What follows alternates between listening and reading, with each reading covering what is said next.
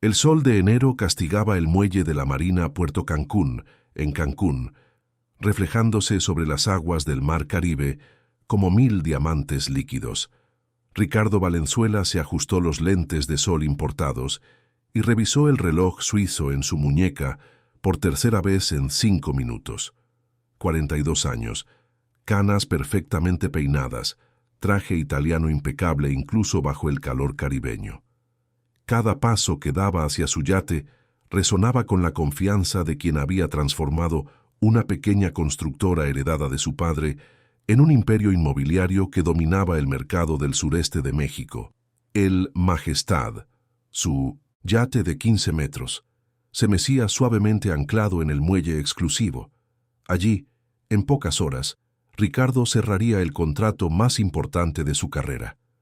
Una fusión con la desarrolladora de sus socios, Mauricio Bravo y Pablo Fuentes, que multiplicaría su patrimonio y consolidaría su nombre como uno de los empresarios más poderosos del país. 20 años de sociedad culminarían en aquel momento glorioso. Sonrió, imaginando los titulares de los periódicos de finanzas al día siguiente. Ricardo apenas notaba el movimiento a su alrededor. Turistas fotografiaban la zona hotelera al fondo, vendedores ambulantes ofrecían agua de coco, marineros preparaban embarcaciones. Para él, todo aquello era solo el escenario, ruido de fondo en su trayectoria de éxito. Su mente ya estaba en la reunión, en los números, en las cláusulas contractuales que había memorizado la noche anterior. Fue entonces que sintió un tirón en la manga de su saco.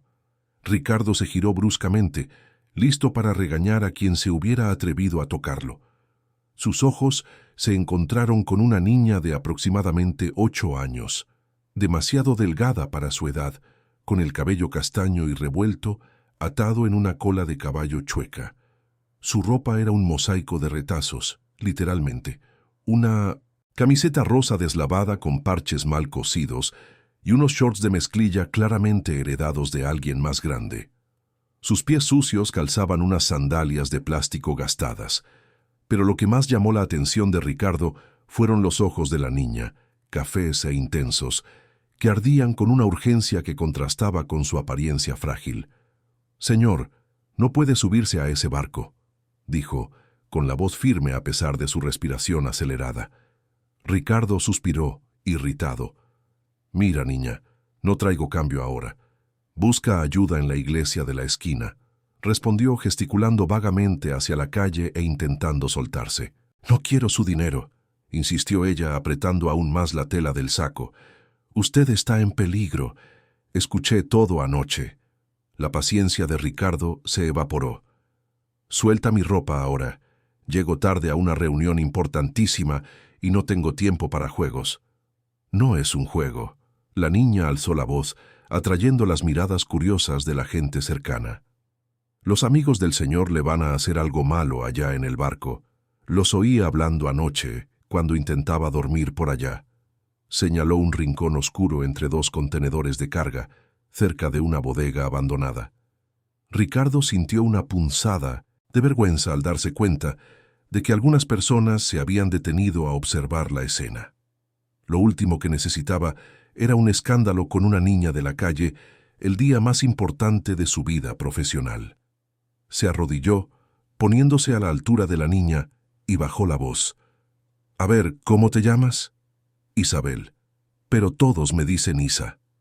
«Isa, entiendo que necesitas ayuda, pero inventar historias no es la forma correcta. Mis socios son amigos de 20 años, gente respetable, de familia. Ahora suéltame y ve a buscar un albergue o... «No son sus amigos», interrumpió Isabel, su voz ahora más baja pero aún más intensa. El señor más gordito, el de bigote, estaba sudando mucho. Habló de deudas, dijo que era la única salida. El otro, más flaquito, el de lentes, estaba de acuerdo con todo, y hay más gente involucrada, hombres que nunca había visto. Uno de ellos tiene una cicatriz grande en la mejilla izquierda, justo aquí. Trazó una línea en su propio rostro, del ojo hasta la barbilla. Ricardo sintió un escalofrío. Mauricio era, en efecto, más robusto y usaba bigote. Pablo era delgado y usaba lentes. Pero eso podía ser solo una coincidencia. Cualquiera que los conociera podría describir sus rasgos físicos. Aún así, algo en la convicción de la niña lo inquietaba.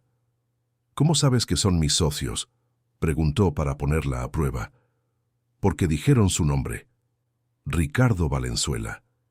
Dijeron que usted es muy confiado, que nunca sospecha de nada, que iba a ser fácil porque usted cree que todo el mundo es su amigo cuando tienen interés en sus negocios».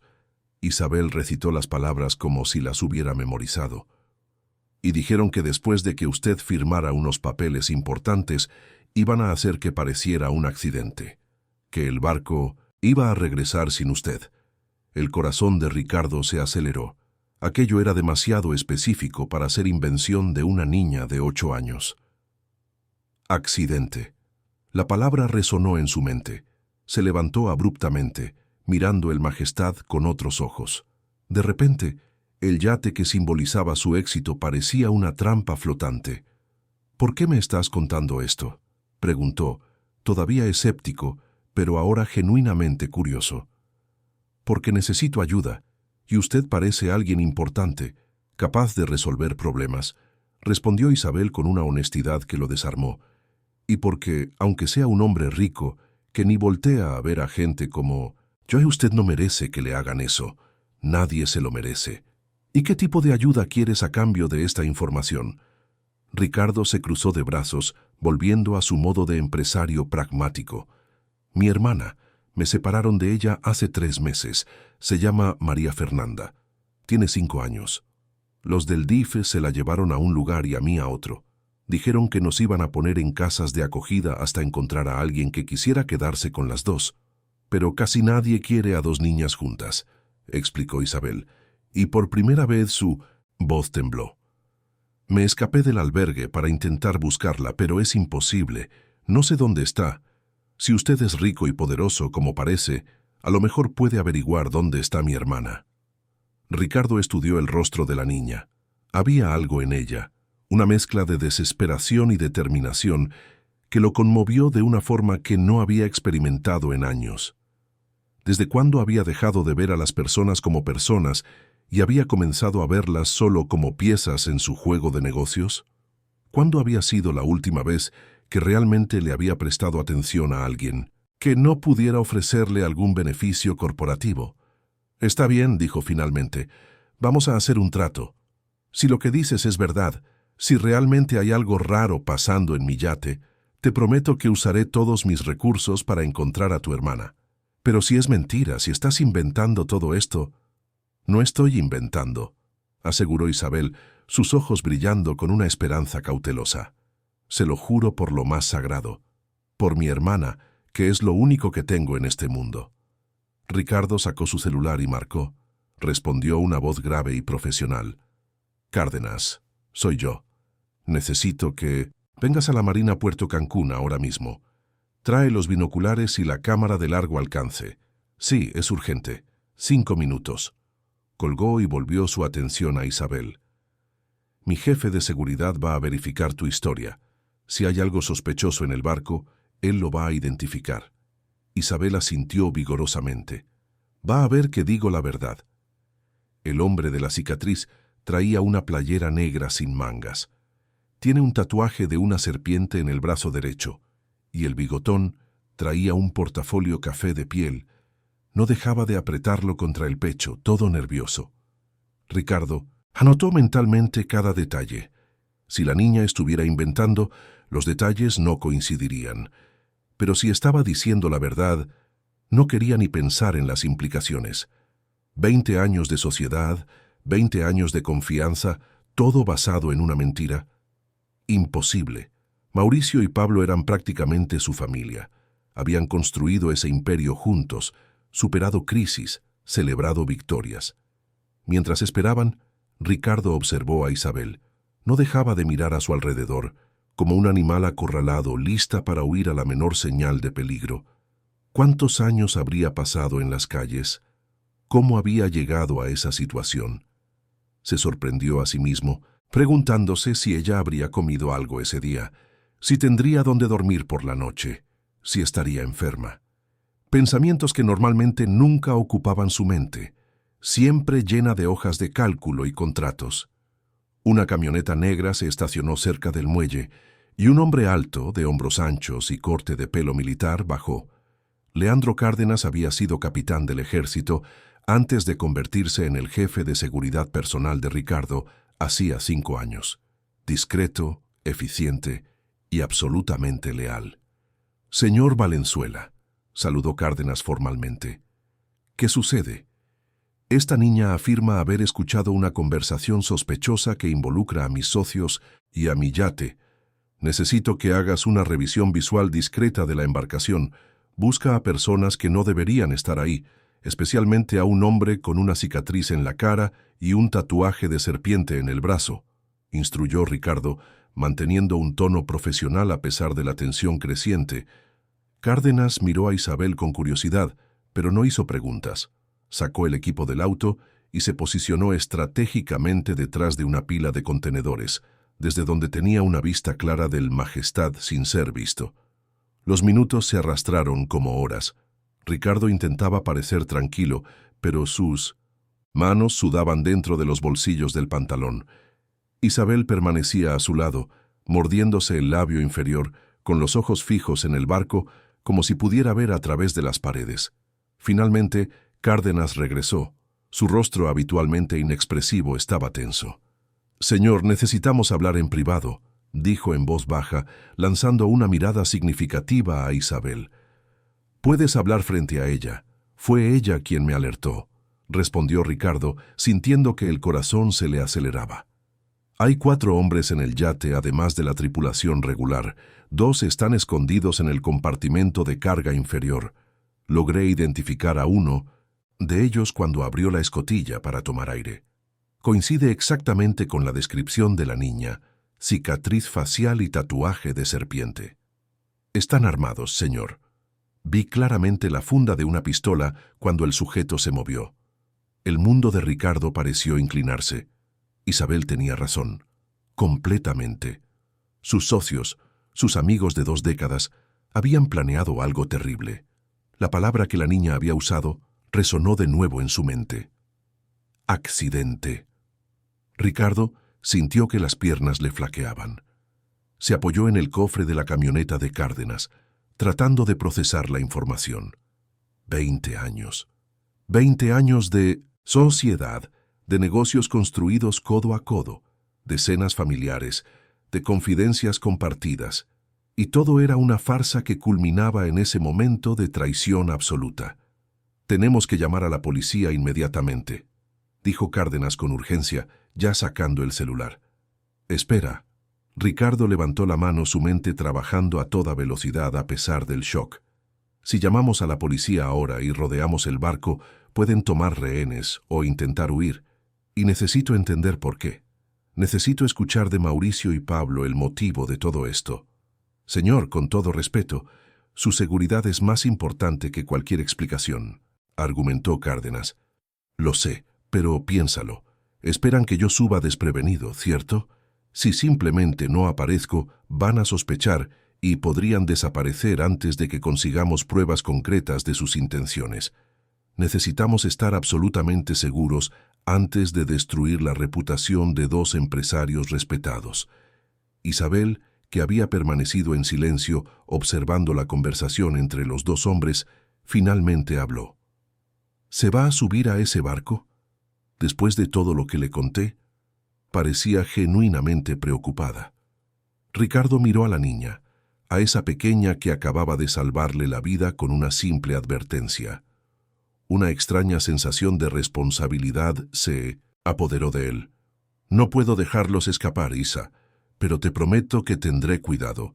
Cárdenas, llama a refuerzos discretos. Quiero a nuestro equipo de seguridad posicionado alrededor de la marina. Y llama a la policía, pero pídeles que se mantengan a la espera a una distancia segura. Cuando yo dé la señal, ustedes entran». «¿Y cuál será la señal?», preguntó Cárdenas, claramente incómodo con el plan. «Voy a dejar mi celular en llamada abierta en el bolsillo. Escucharán todo. Cuando la situación se vuelva insostenible, entran. Pero necesito confesiones claras, evidencia de audio. Necesito entender qué salió mal». Cárdenas dudó. Pero conocía a Ricardo lo suficiente como para saber que, una vez que tomaba una decisión, no había forma de disuadirlo. Está bien, pero a la menor señal de peligro real, entramos con o sin su consentimiento, señor. De acuerdo, asintió Ricardo. Ahora, Isa, tú vienes conmigo. Vas a esperar aquí en la camioneta con los vidrios polarizados. Si algo sale mal, Cárdenas te llevará a un lugar seguro. Y cuando todo esto termine, vamos a encontrar a tu hermana. Es una promesa. Los ojos de Isabel se llenaron de lágrimas que rápidamente se secó con el dorso de la mano sucia. ¿De verdad me va a ayudar? Lo haré. Me salvaste la vida hoy, Isa. Eso crea un vínculo que pienso honrar, respondió Ricardo, sorprendiéndose de la sinceridad de sus propias palabras. Él, que nunca se había preocupado profundamente por nadie más que por sí mismo, sentía una conexión genuina con esa niña valiente. 20 minutos después, con toda la operación montada y el equipo posicionado, Ricardo caminó hacia el Majestad. Su corazón latía acelerado, pero mantenía la expresión tranquila y confiada que había perfeccionado a lo largo de décadas en los negocios. En su bolsillo, el celular grababa y transmitía cada sonido al equipo de seguridad y a la policía en espera. Al acercarse al yate, Ricardo vio a Mauricio Bravo en la proa, saludando con entusiasmo. El hombre robusto, efectivamente con un bigote bien recortado, sonreía ampliamente. Llevaba una camisa tipo polo blanca y bermudas beige, la imagen perfecta de un empresario en un día de descanso. Pero Ricardo ahora notaba lo que antes no percibía: el sudor excesivo en la frente de Mauricio, la forma en que sus manos temblaban ligeramente al sostener el portafolio de piel café, exactamente como Isabel lo había descrito. Ricardo. Por fin. Pablo ya está en la sala de juntas organizando los contratos. Vente, vente, que hoy vamos a hacer historia, exclamó Mauricio, extendiendo la mano para ayudar a Ricardo a subir. Un día histórico, sin duda, respondió Ricardo, aceptando la mano y subiendo a bordo. El yate se meció suavemente bajo sus pies y tuvo que sujetarse del barandal para mantener el equilibrio. O tal vez eran sus piernas las que temblaban. La embarcación era lujosa, como se esperaría de un yate de ese calibre. Cubierta de madera barnizada, acabados de acero inoxidable reluciente, tapicería de piel blanca impecable. Ricardo había invertido una fortuna en esa embarcación, convirtiéndola en una oficina flotante para reuniones importantes y, ocasionalmente, en un refugio para escapar del estrés de la ciudad. Ahora, cada rincón familiar parecía amenazador. Pablo Fuentes apareció desde la cabina principal, delgado y alto, sus lentes de armazón fino reflejando la luz del sol. Sonreía, pero la sonrisa no le llegaba a los ojos. «Ricardo, amigo, ¿listo para el gran momento?» «Más que listo». Ricardo forzó el entusiasmo en su voz. 20 años trabajando para este día. ¿No es así?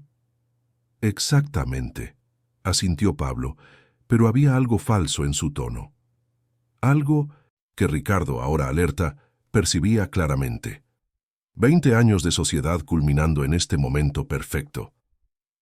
Demasiado perfecto, tal vez, pensó Ricardo, pero mantuvo la sonrisa. Los tres se dirigieron a la sala de juntas del yate, un espacio elegante con una mesa de caoba y sillas de piel. Sobre la mesa pilas de documentos perfectamente organizados, plumas de oro, copas de cristal y una botella de champaña francesa en hielo. «Pensé en brindar antes de firmar», dijo Mauricio tomando la botella. «Después de todo, no todos los días triplicamos nuestro patrimonio, ¿o sí?» Ricardo se sentó a la cabecera de la mesa, la posición que normalmente ocupaba en cualquier reunión. Comenzó a hojear los contratos, fingiendo analizar las cláusulas que ya se había memorizado. En realidad, sus sentidos estaban agudizados para cualquier movimiento sospechoso, cualquier presencia oculta. «Se ven ansiosos», comentó casualmente. «¿Todo bien? ¿Ansioso? ¿Yo?» Mauricio rió, pero el sonido salió forzado. «Es solo la emoción del momento, Ricardo. Ya sabes cómo es, el negocio de nuestras vidas. Ricardo asintió pasando otra página del contrato. ¿Y la tripulación? ¿Dónde está el capitán Suárez? Siempre me gusta saludarlo. Le dimos el día libre al equipo regular hoy, respondió Pablo demasiado rápido. Queremos privacidad para este momento especial. Contratamos una tripulación temporal solo para navegar, por si queremos celebrar en alta mar después de la firma. Tripulación temporal. Las palabras confirmaron lo que Ricardo ya sabía. Los hombres armados que Isabel había escuchado, escondidos en los compartimentos del yate. Se le revolvió el estómago, pero mantuvo la expresión neutra. «Entiendo. Muy bien pensado», dijo. «¿Y cuándo planean zarpar?» «Justo después de las firmas», respondió Mauricio, llenando las copas de champaña con manos temblorosas. «Pensé que podríamos ir hasta Isla Mujeres, pasar la tarde celebrando. ¿Qué te parece?» Isla Mujeres. Lejos de la costa, lejos de testigos, el plan se estaba volviendo claro. Ricardo sintió que la bilis le subía por la garganta, pero se obligó a mantener la compostura. «Excelente idea, pero antes de firmar, me gustaría aclarar algunos puntos. ¿No creen que deberíamos tener a nuestros abogados presentes?» Ricardo. Pablo le puso la mano en el hombro de una forma que debía parecer amistosa, pero se sentía amenazante. «Somos amigos desde hace 2 décadas. ¿De verdad necesitas abogados entre nosotros? Eso es desconfianza. No es desconfianza, es prudencia. Estamos hablando de cientos de millones de pesos», respondió Ricardo, observando las reacciones de ambos. Mauricio y Pablo intercambiaron una mirada rápida, casi imperceptible, pero Ricardo la captó. Era una mirada de preocupación, de planes que podrían estar desmoronándose. Mauricio se secó el sudor de la frente con un pañuelo. «Claro, claro, pero los abogados ya revisaron todo. Está todo perfecto. Podemos firmar ahora y hacer los registros formales después. Es solo una formalidad que implica la transferencia del control accionario», presionó Ricardo, decidido a forzar una reacción. «Entenderán mi cautela». Fue cuando escuchó el ruido, un sonido metálico proveniente del pasillo que llevaba a los compartimentos inferiores. Alguien se había movido torpemente. Los 3 hombres en la sala se tensaron. Mauricio palideció. Pablo tragó saliva. «¿Qué fue eso?», preguntó Ricardo, fingiendo sorpresa. «Debe ser la tripulación nueva», dijo Pablo rápidamente. «Todavía se están familiarizando con el barco». Ricardo se levantó lentamente. «Creo que será mejor que los salude.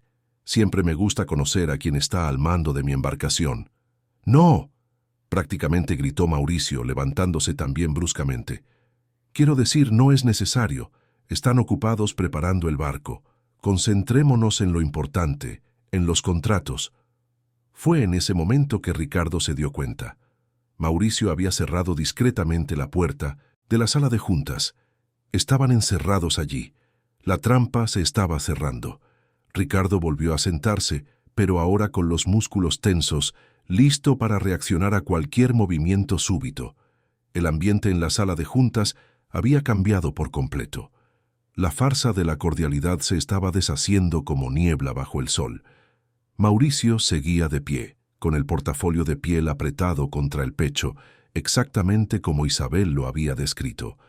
Pablo se había posicionado entre Ricardo y la puerta, aparentemente de forma casual, pero la intención era clara. ¿Van a decirme qué está pasando o vamos a seguir fingiendo que somos amigos? Ricardo finalmente rompió el silencio, su voz tranquila pero cargada de decepción y rabia contenidas. Mauricio y Pablo se miraron de nuevo. Esta vez, la mirada era de rendición, de quien sabe que el juego ha terminado. Mauricio fue el primero en hablar, su voz sonando cansada, derrotada. «¿Cómo te enteraste?» «Digamos que un pajarito me contó», respondió Ricardo, manteniendo la información vaga a propósito. «Lo importante es que lo sé. 20 años, Mauricio.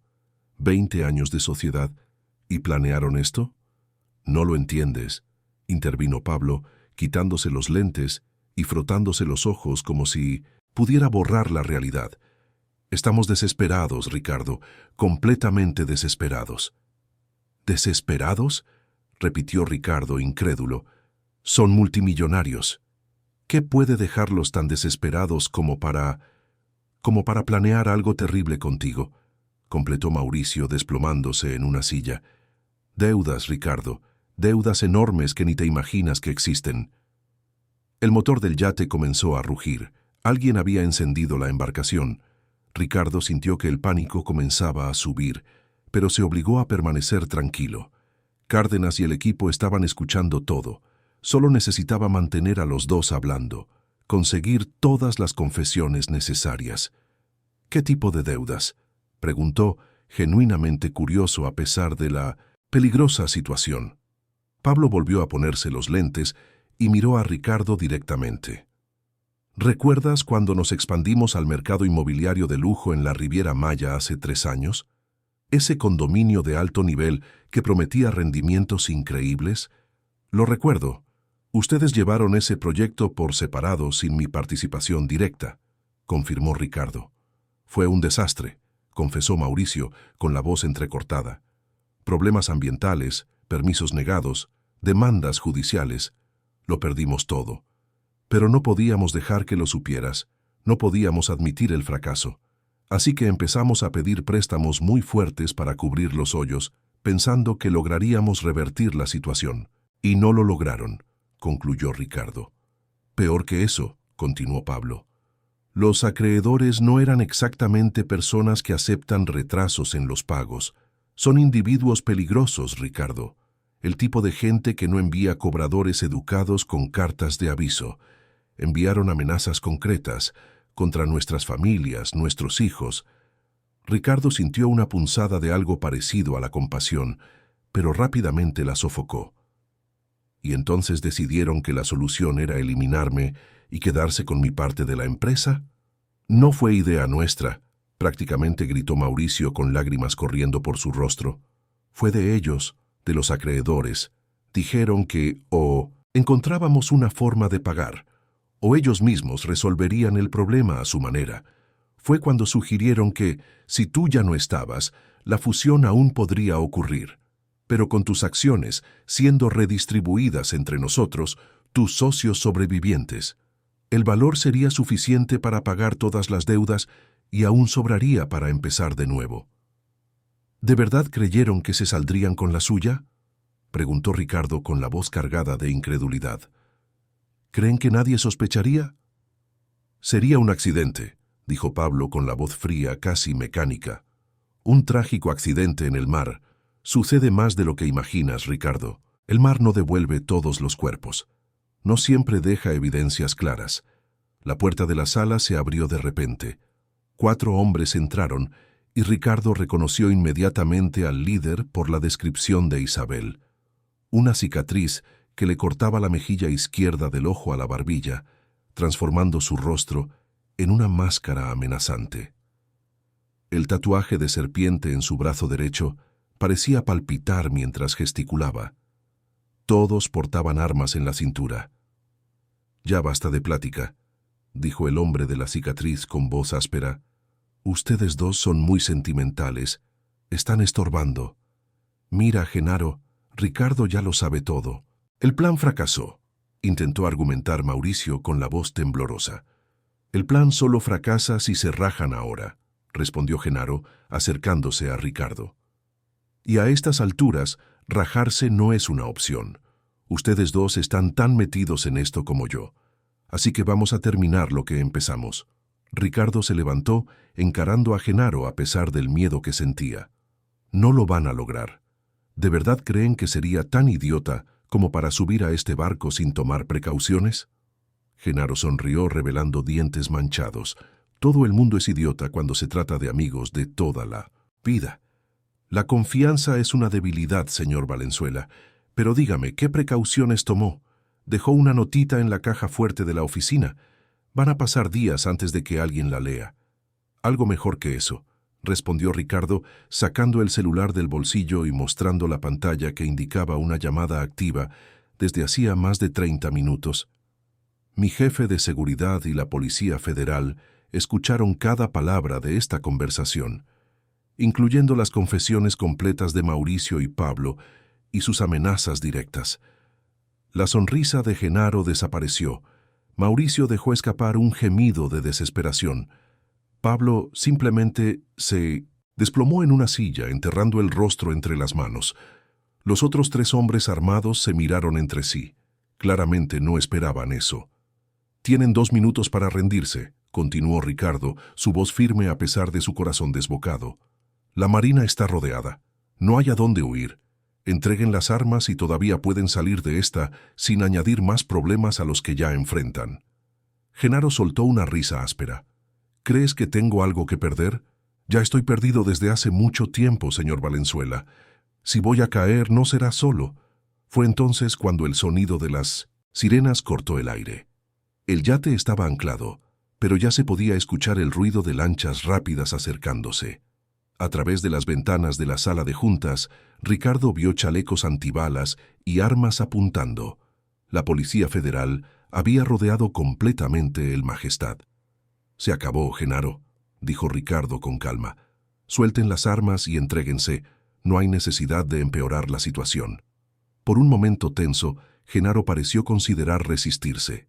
Su mano se dirigió hacia el arma en su cintura, pero uno de sus cómplices, más joven y visiblemente asustado, ya había levantado las manos en señal de rendición. Luego otro, y otro más. Genaro miró a su alrededor, dándose cuenta de que estaba solo en su bravuconada. Con un suspiro pesado, él también levantó las manos. «Hoy es su día de suerte, Valenzuela. Pero recuerde, la suerte no dura para siempre». Agentes federales invadieron el yate en cuestión de segundos. Genaro y sus hombres fueron esposados y retirados rápidamente. Mauricio y Pablo permanecieron sentados, derrotados, mientras les ponían las esposas y un agente les leía sus derechos. Ricardo observó todo como si estuviera en un sueño, o tal vez una pesadilla. «Señor Valenzuela, ¿está herido?», preguntó un agente, acercándose. «Estoy bien», respondió Ricardo automáticamente, pero no estaba seguro de que fuera verdad. Físicamente ileso, pero emocionalmente devastado. Mauricio miró a Ricardo, con lágrimas corriendo libremente ahora. «Ricardo, lo siento mucho. De verdad. Nunca quisimos que llegara a esto. Fuimos cobardes, débiles. No te lo merecías». Ricardo no pudo responder. ¿Qué se le dice a alguien que planeó tu eliminación? ¿Que consideró tu confianza como una debilidad a ser explotada? Simplemente les dio la espalda mientras se llevaban a Mauricio y a Pablo fuera del yate, sus súplicas de perdón resonando por el pasillo. Cárdenas subió a bordo, revisando a Ricardo de arriba a abajo. «Señor, tuvo mucha suerte hoy». «No fue suerte», respondió Ricardo pensando en Isabel. «Fue una niña de 8 años que tuvo el valor de advertirle a un extraño sobre un peligro que escuchó por casualidad». «La niña», recordó Ricardo de repente. «¿Dónde está Isa?» «En la camioneta, a salvo. Puedo traerla si quiere». «Por favor». Minutos después, Isabel corría por el muelle hacia Ricardo, que había bajado del yate. Se veía pequeña y vulnerable en medio de todo ese aparato policial, pero sus ojos brillaban de alivio. «¿Está bien?» Vi todo de lejos. Pensé que algo malo iba a pasar. Ricardo se arrodilló de nuevo a su altura, esta vez no por condescendencia, sino por respeto. «Estoy bien, Isa. Gracias a ti. Me salvaste la vida hoy, literalmente». «¿Y ahora me va a ayudar a encontrar a mi hermana?», preguntó ella, esperanzada pero cautelosa, como si temiera que él olvidara la promesa. «Ahora voy a hacer mucho más que eso», dijo Ricardo, sorprendiéndose a sí mismo con la convicción en su voz. «Voy a cumplir mi promesa de encontrar a tu hermana, sí, pero también me voy a asegurar de que ustedes dos nunca más tengan que preocuparse por dónde van a dormir, qué van a comer, o si alguien las va a separar de nuevo». Esa noche, Ricardo llevó a Isabel a cenar al mejor restaurante de la zona hotelera. La niña, todavía con su ropa remendada, se sentó incómodamente en la silla elegante, mirando a su alrededor con una mezcla de fascinación y miedo. Los meseros miraban discretamente, pero Ricardo los ignoró.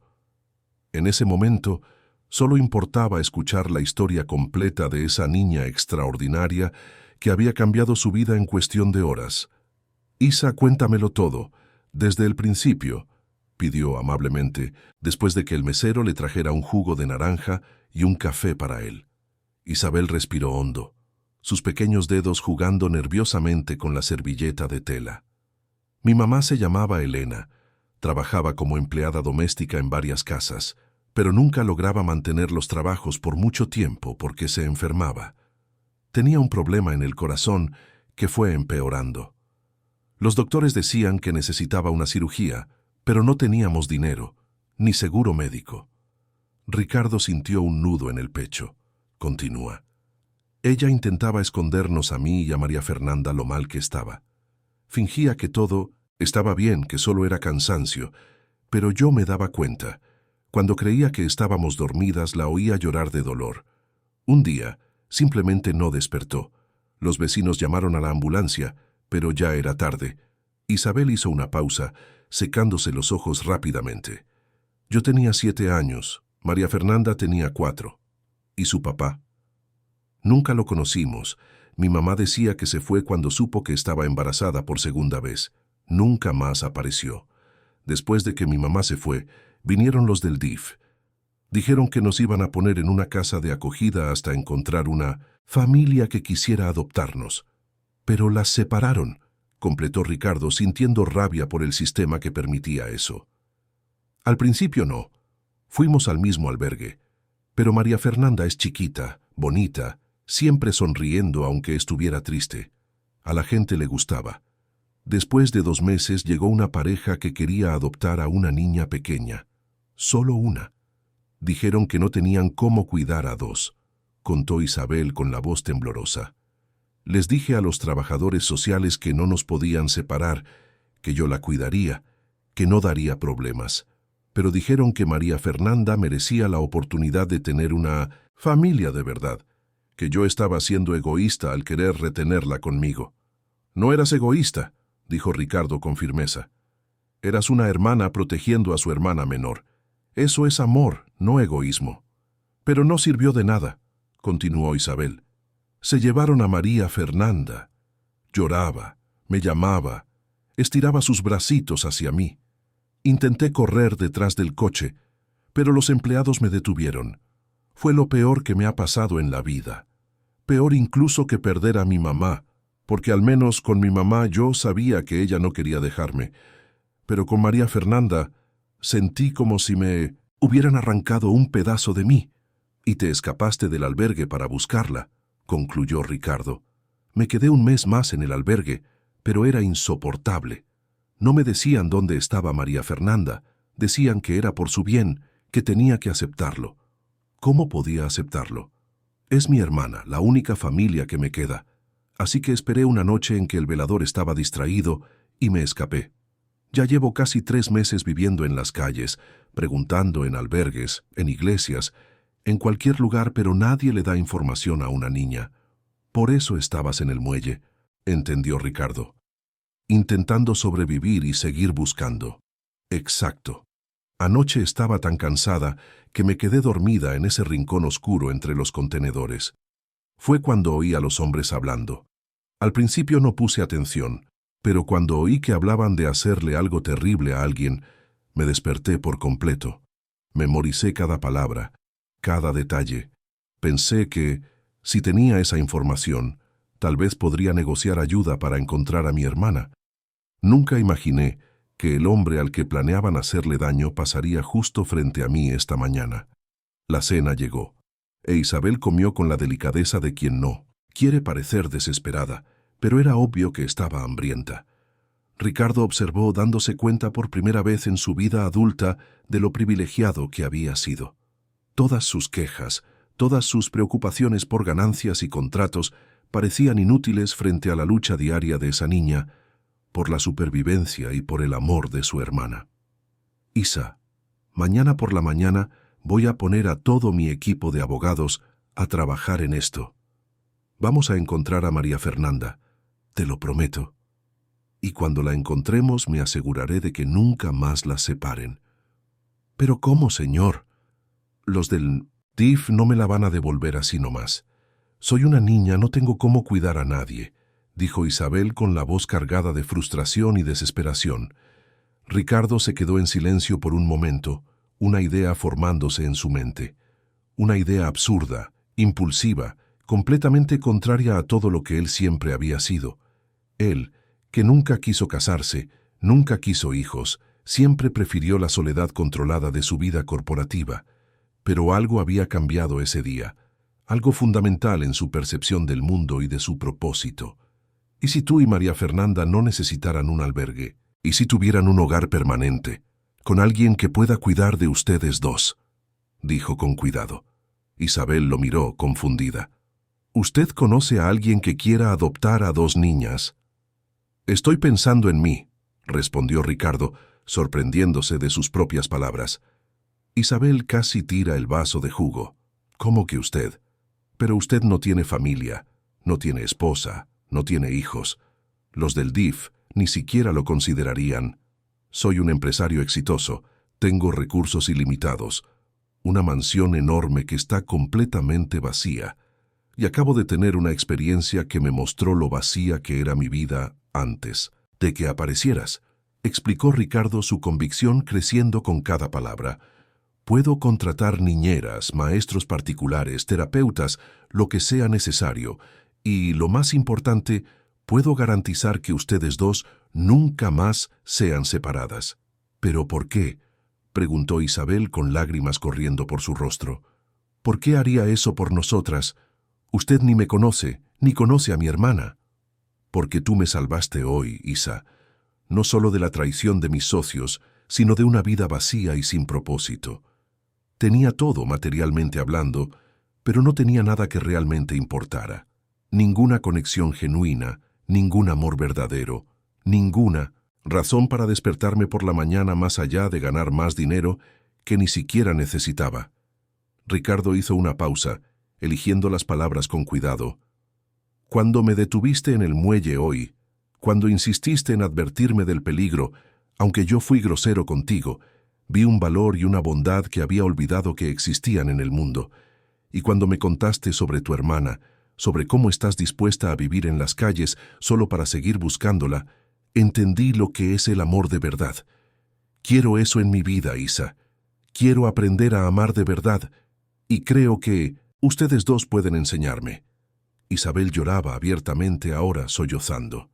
¿Y si no funciona? ¿Y si los del DIF no lo dejan? ¿Y si usted se arrepiente después?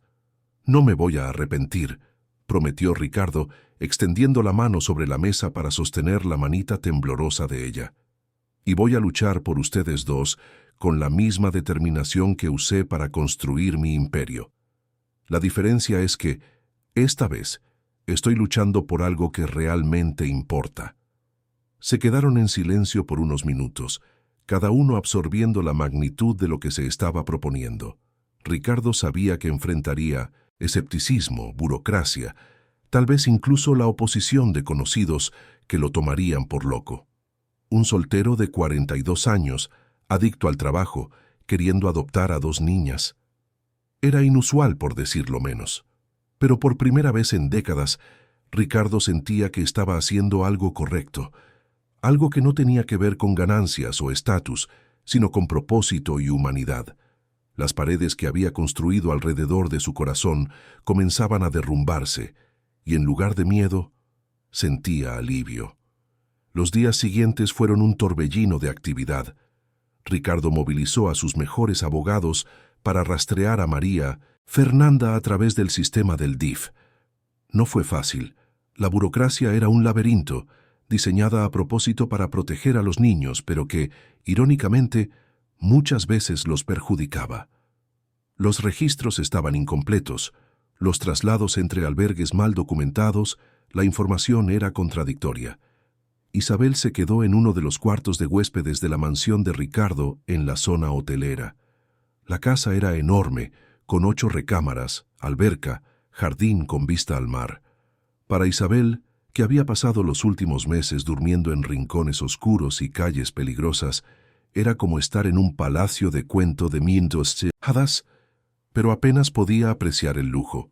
Pasaba los días ansiosa, preguntando a cada hora si había noticias sobre María Fernanda. Ricardo contrató a una trabajadora social particular, la doctora Fernanda Acosta, una mujer de 50 años con 3 décadas de experiencia en el sistema de protección a la infancia.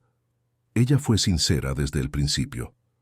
Señor Valenzuela, lo que usted intenta hacer es noble, pero extremadamente complicado.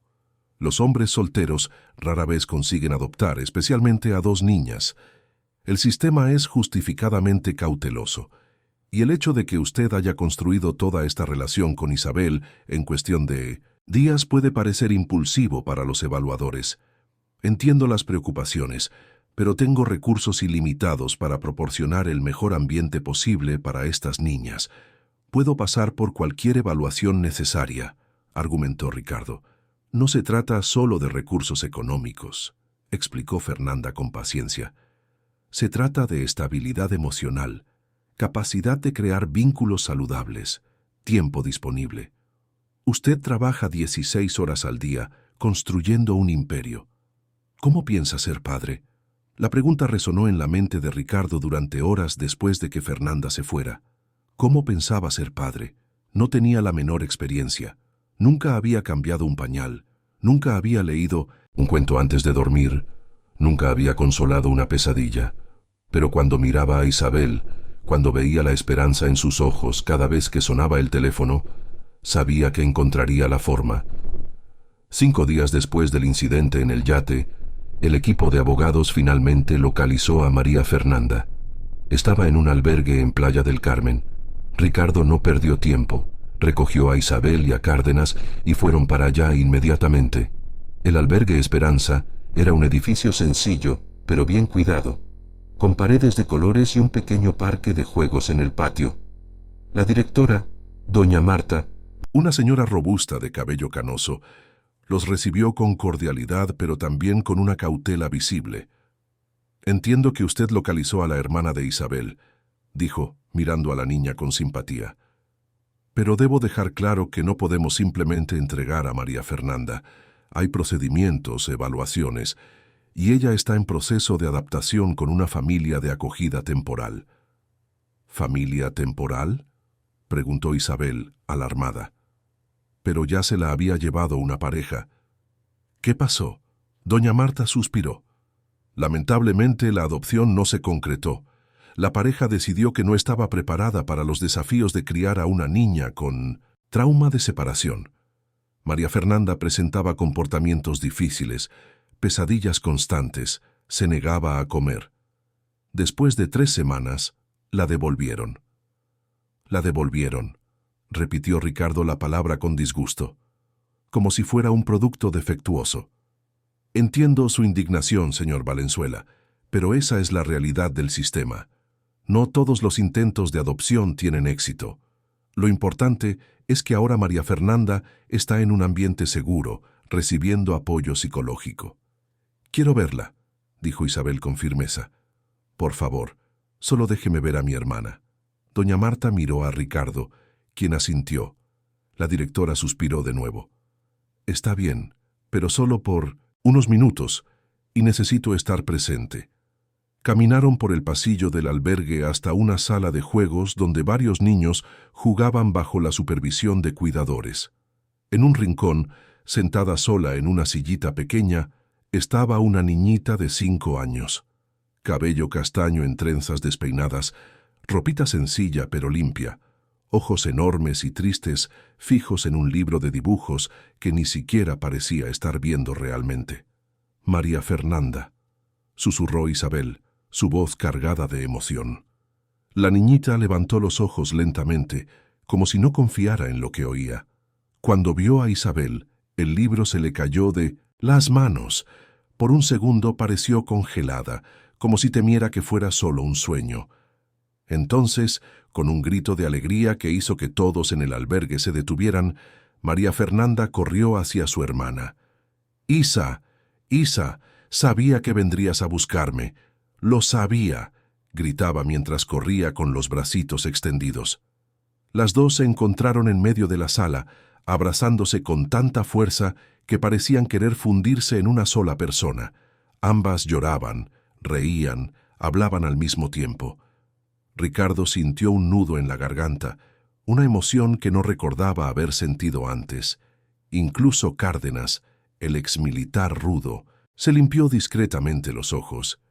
«Te busqué todos los días, no me rendí», decía Isabel entre sollozos. «Nunca me iba a rendir contigo, hermanita». «¿Te lastimaron? ¿Estás bien? ¿Estás comiendo?» María Fernanda revisaba a su hermana con sus manitas, tocándole la cara, los brazos, como si necesitara confirmar que era real. «Estoy bien ahora. Y vine a buscarte, esta vez para siempre», prometió Isabel. María Fernanda entonces notó a Ricardo parado a unos metros de distancia. Sus grandes ojos se llenaron de miedo. «¿Quién es ese señor? ¿Es bueno? ¿Te va a llevar lejos de mí otra vez?» «No, no, no». Isabel se arrodilló para quedar a la altura de su hermana. «Él es Ricardo. Es el señor más bueno del mundo. Nos va a ayudar a estar juntas, para siempre esta vez». María Fernanda estudió a Ricardo con desconfianza. Él se acercó lentamente, agachándose también. «Hola, María Fernanda. Tu hermana me ha contado muchas cosas sobre ti. Dijo que te gusta dibujar y que eres muy valiente». La niñita no respondió. Solo se escondió detrás de Isabel. «Va a necesitar tiempo», comentó doña Marta en voz baja a Ricardo. La devolución fue muy traumática. Dejó de confiar en los adultos. Ricardo asintió comprendiendo.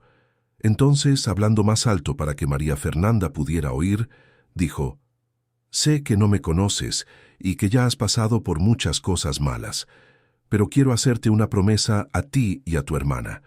Voy a trabajar muy, muy duro para que ustedes dos puedan estar juntas, en un hogar de verdad, donde nadie nunca más las separe.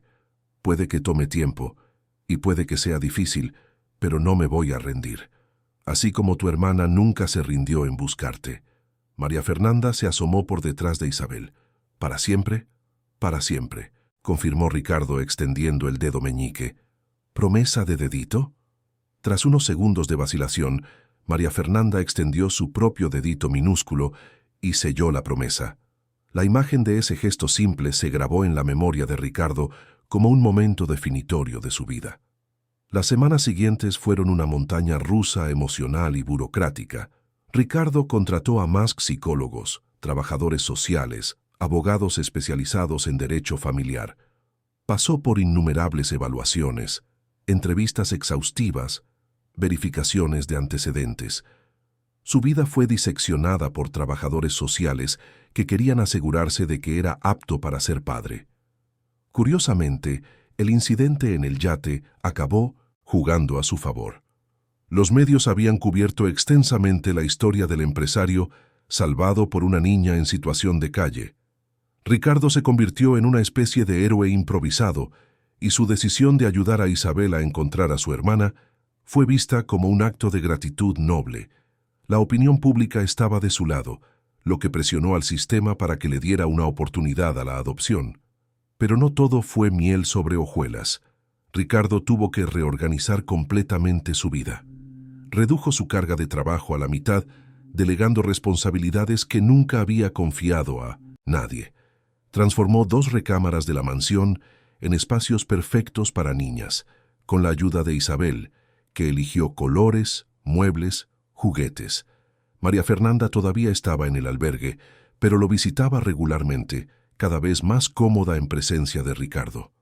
4 meses después del primer encuentro en el muelle, Ricardo recibió la noticia que esperaba con ansias. La guarda y custodia provisional había sido aprobada.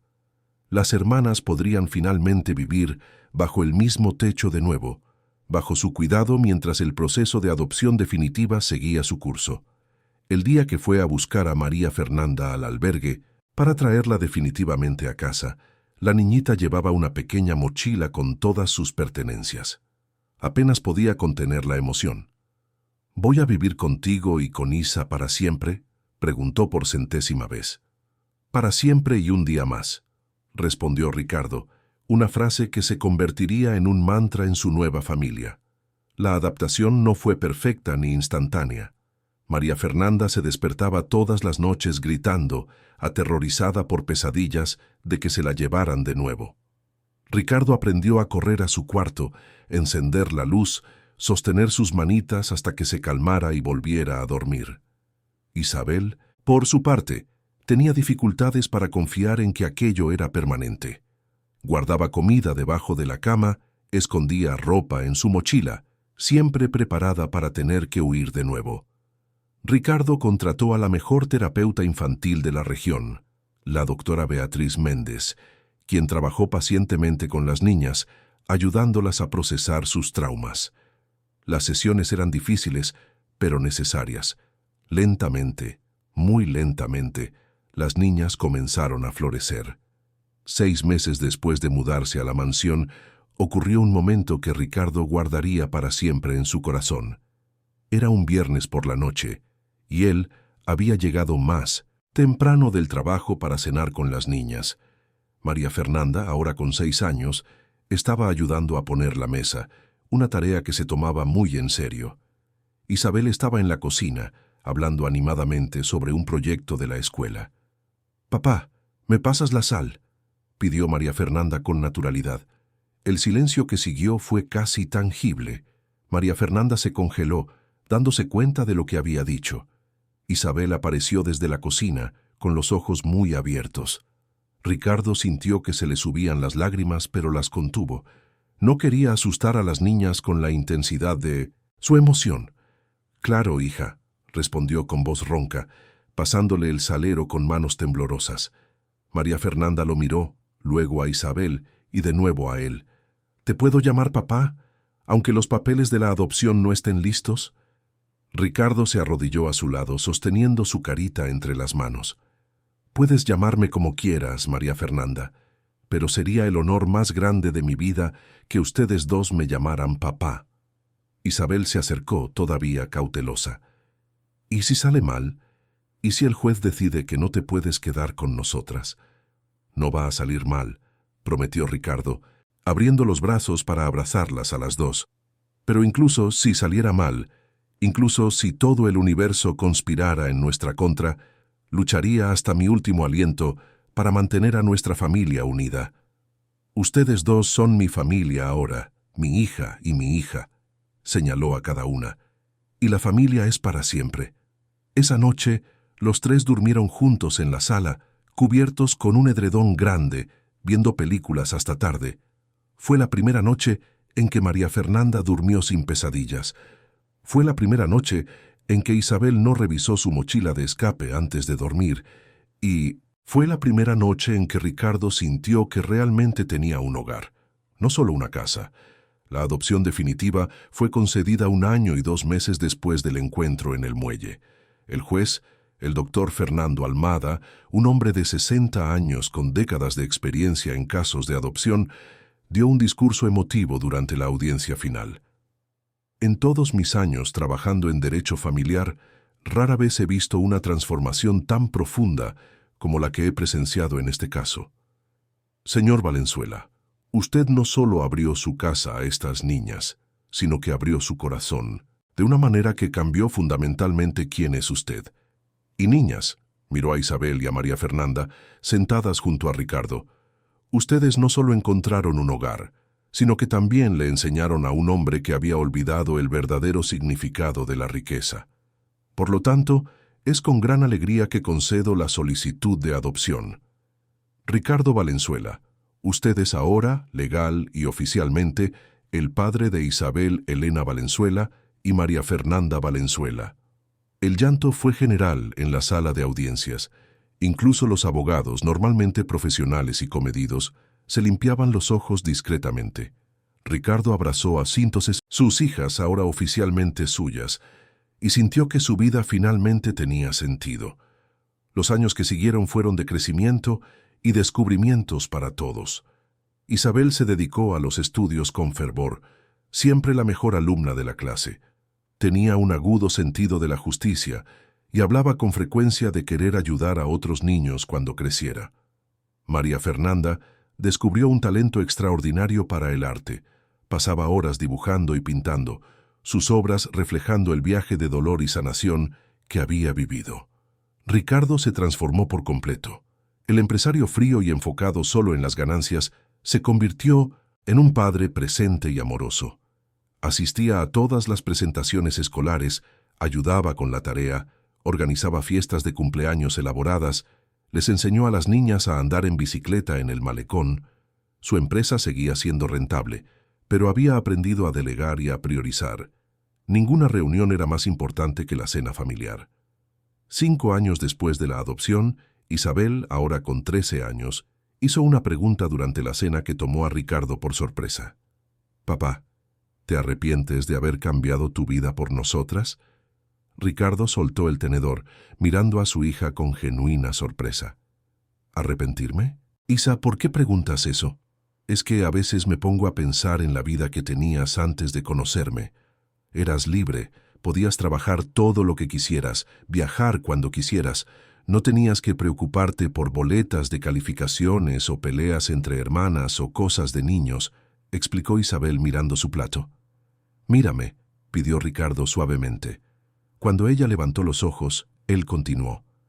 «Antes de conocerlas a ustedes dos, yo no tenía una vida. Tenía una existencia. Me despertaba, trabajaba, volvía a una casa vacía, dormía, repetía todo al día siguiente.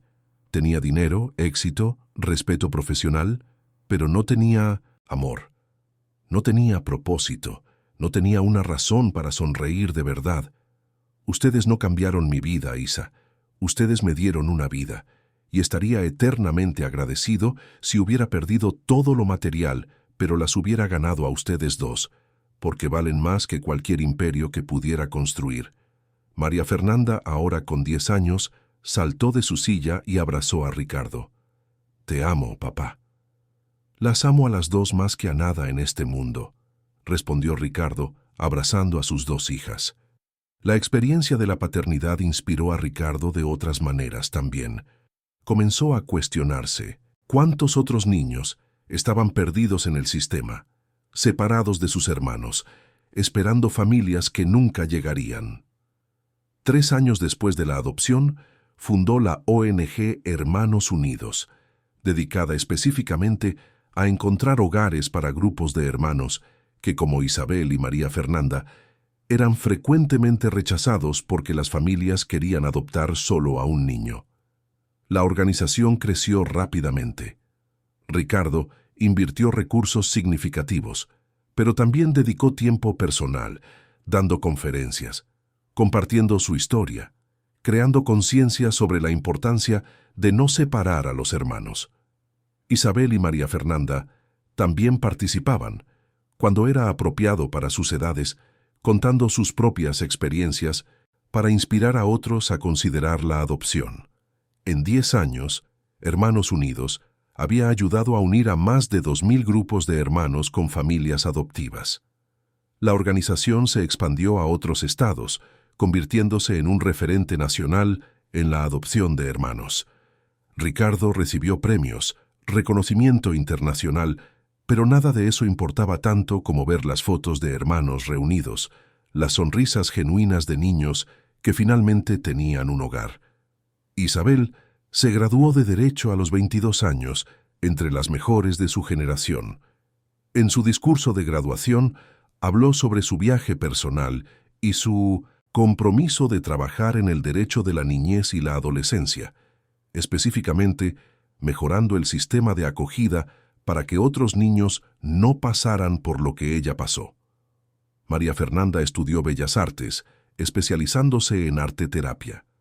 Su objetivo era usar el arte como herramienta de sanación para niños traumatizados, ayudándolos a expresar emociones que no podían verbalizar. Sus primeras exposiciones fueron un éxito, con obras poderosas que contaban historias de dolor, pérdida, pero también de esperanza y redención. 20 años después del incidente en el yate, Ricardo, ahora con 62 años y el cabello completamente blanco, recibió el Premio Nacional de Derechos Humanos. La ceremonia se llevó a cabo en la Ciudad de México, con autoridades, activistas y figuras importantes presentes. Pero para Ricardo, las únicas personas que importaban estaban en la primera fila, sus hijas, ahora mujeres realizadas de 28 y 25 años respectivamente. Ambas estaban visiblemente embarazadas, esperando a sus primeros hijos.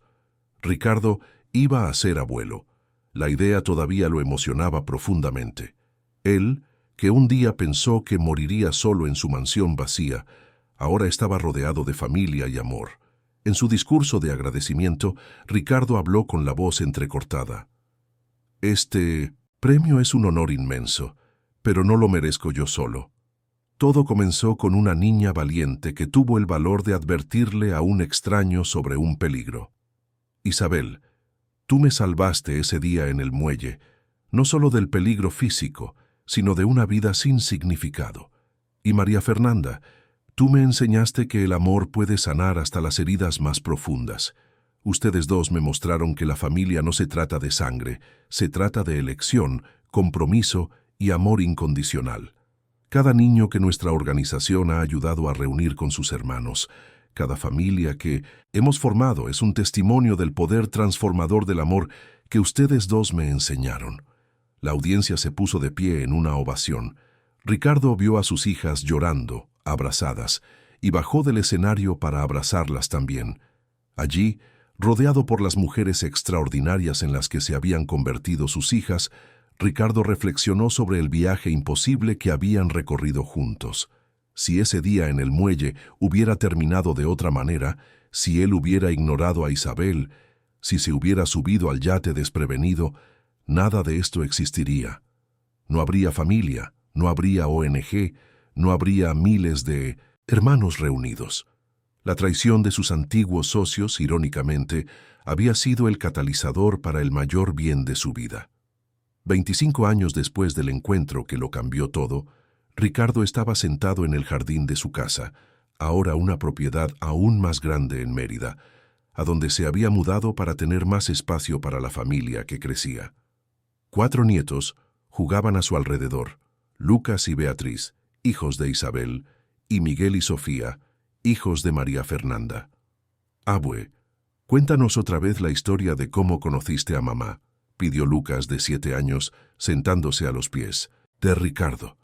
Sí, abue, nunca nos cansamos de esa historia, coincidió Beatriz, de 5 años, con entusiasmo. Ricardo sonrió mirando el cielo azul de la tarde de verano. Bueno, todo comenzó en un día muy especial, hace muchos años, cuando una niña muy valiente salvó a un hombre solitario de un peligro terrible. Mientras contaba la historia, simplificando algunos detalles para los niños, pero manteniendo la esencia de la verdad, Isabel y María Fernanda observaban desde la terraza. Ahora madres, esposas, profesionales realizadas, pero siempre y para siempre hermanas. ¿Crees que él realmente entiende el impacto que tuvo?, preguntó María Fernanda en voz baja. Creo que sí, respondió Isabel, pero no creo que entienda que el impacto fue recíproco. Él nos salvó tanto como nosotras lo salvamos a él. Es verdad, nosotras le dimos un propósito, pero él nos dio un futuro, esperanza, la oportunidad de ser más que nuestras circunstancias. Las dos se quedaron en silencio por un momento, observando al patriarca de su familia contar historias a sus nietos con el mismo amor y paciencia que había demostrado con ellas décadas atrás. ¿Sabes qué es lo más increíble?, dijo Isabel finalmente. Es pensar que todo esto, todo este amor, toda esta familia, toda la ONG y los miles de niños reunidos con sus hermanos, todo nació de ese momento terrible de traición. Si esos hombres no hubieran planeado eso, si yo no hubiera escuchado la conversación, nada de esto existiría. Es lo que siempre les digo a mis pacientes en terapia, coincidió María Fernanda. A veces las cosas más oscuras de nuestras vidas terminan iluminando el camino hacia algo extraordinario. Nuestro dolor se transformó en propósito. En el jardín, Ricardo terminó la historia con las palabras que siempre usaba. Y así, la pequeña heroína y su hermanita le enseñaron al hombre solitario que la verdadera riqueza no está en las cajas fuertes ni en los negocios, sino en los abrazos antes de dormir, en las cenas en familia, en los te amo dichos todos los días. Y vivieron felices para siempre. Para siempre y un día más, gritaron los 4 nietos al unísono, la frase que habían aprendido de su abuelo y que se había convertido en el lema de la familia. Ricardo miró hacia la terraza, donde estaban sus hijas, y las saludó con la mano. Ellas le devolvieron el saludo, en ese momento rodeado de nietos ruidosos y felices, con sus hijas observándolo, sabiendo que había construido no solo una familia, sino un legado de amor que continuaría por generaciones. Ricardo Valenzuela finalmente entendió el verdadero significado del éxito.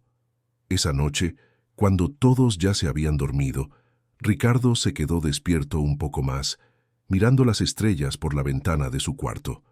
Pensó en Mauricio y Pablo, que habían cumplido sus sentencias y con quienes nunca más había hablado. Pensó en Genaro y sus cómplices, cuyo destino desconocía y no le importaba saber.